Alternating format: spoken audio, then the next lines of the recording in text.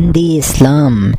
ہے زندہ فقط وحدت افکار سے ملت، وحدت ہو فنا جس سے وہ الہام بھی الہاد،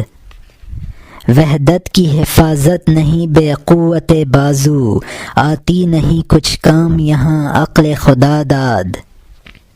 اے مرد خدا تجھ کو وہ قوت نہیں حاصل، جا بیٹھ کسی غار میں اللہ کو کر یاد، مسکینیوں محکومیوں نومیدی جاوید، جس کا یہ تصوف ہو وہ اسلام کر ایجاد، ملا کو جو ہے ہند میں سجدے کی اجازت، ناداں یہ سمجھتا ہے کہ اسلام ہے آزاد۔